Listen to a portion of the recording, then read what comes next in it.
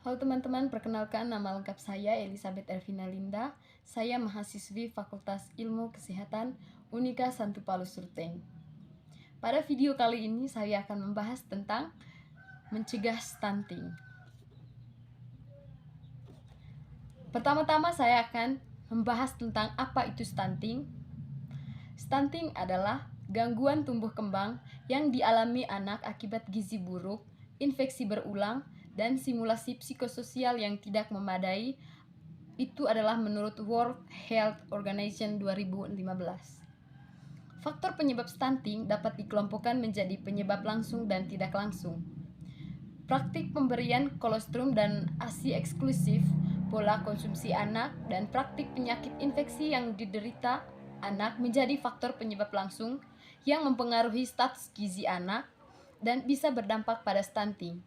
Sedangkan penyebab tidak langsungnya adalah akses dan ketersediaan bahan makanan serta sanitasi dan kesehatan lingkungan. Kemudian, saya akan membahas tentang bahaya stunting. Yang pertama yaitu kerusakan sel otak. Tidak cuma para orang tua, kita semua patut mencemaskan angka stunting yang tinggi di negeri ini. Mengapa demikian? Pertama-tama karena dampak stunting pada anak bukan hanya tampak pada pertumbuhan anak secara fisik, tetapi juga otak anak. Yang kedua, kemampuan kognitif anak terbatas. Akibat pertumbuhan otak yang terganggu, anak-anak mengalami stunting. Anak-anak yang mengalami stunting akan mengalami kesulitan belajar karena kemampuan kognitifnya yang terbatas. Dampak pertumbuhan otak yang terlambat ini akan berlanjut di usia produktif. Di masa dewasanya, anak-anak stunting memiliki produktivitas yang lebih rendah dibandingkan rekan-rekan sebayanya. Kemudian, pencernaan terganggu. Stunting juga menyebabkan sistem pencernaan seorang anak terganggu. Kondisi ini menggiring sang anak untuk ke pola makan yang tidak sehat. Tak heran, anak-anak stunting di masa hidupnya memiliki risiko obesitas, hipertensi, dan juga diabetes. Salah satu fokus pemerintah saat ini adalah pencegahan stunting. Upaya ini bertujuan agar anak-anak Indonesia dapat tumbuh dan berkembang secara optimal dan maksimal, dengan disertai kemampuan emosional, sosial, dan fisik yang siap untuk belajar, serta mampu berinovasi dan berkompetisi di tingkat global. Kemudian cara mencegah stunting. Makan makanan yang bergizi sejak hamil.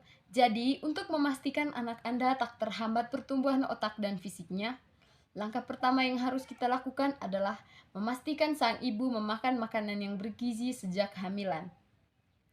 Bagi para ibu, gizi anak yang memadai saat hamil bisa didapatkan melalui konsumsi sayur-sayuran dan juga buah-buahan. Yang kedua yaitu memenuhi gizi anak sejak bayi.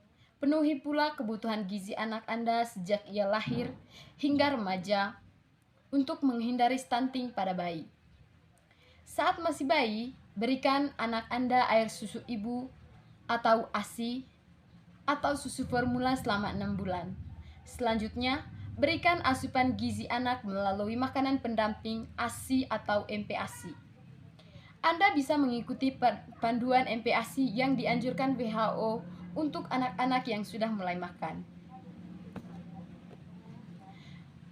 Kemudian yang ketiga yaitu memenuhi gizi anak saat remaja, saat usia remaja.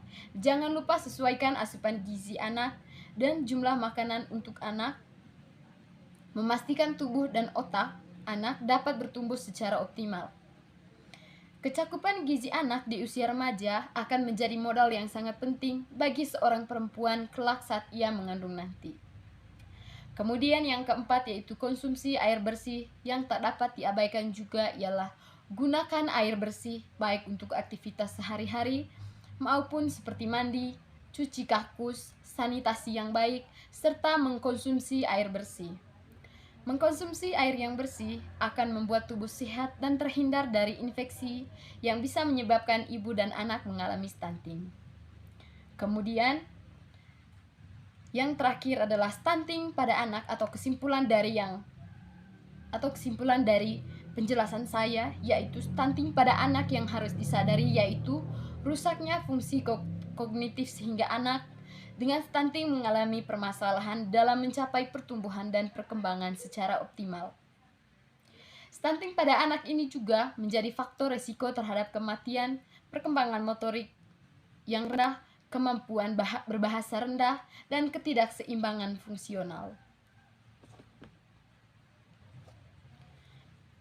Kesimpulan dari penjelasan saya mengenai stunting ini adalah stunting pada anak yang harus dihindari yaitu rusaknya fungsi kognitif sehingga anak dengan stunting mengalami permasalahan dalam mencapai pertumbuhan dan perkembangan secara optimal. Stunting pada anak ini juga menjadi faktor risiko terhadap kematian, perkembangan motorik yang rendah, kemampuan berbahasa yang rendah, dan ketidakseimbangan fungsional. Oke teman-teman, sekian video penjelasan mengenai stunting dari saya. Terima kasih dan thanks for watching.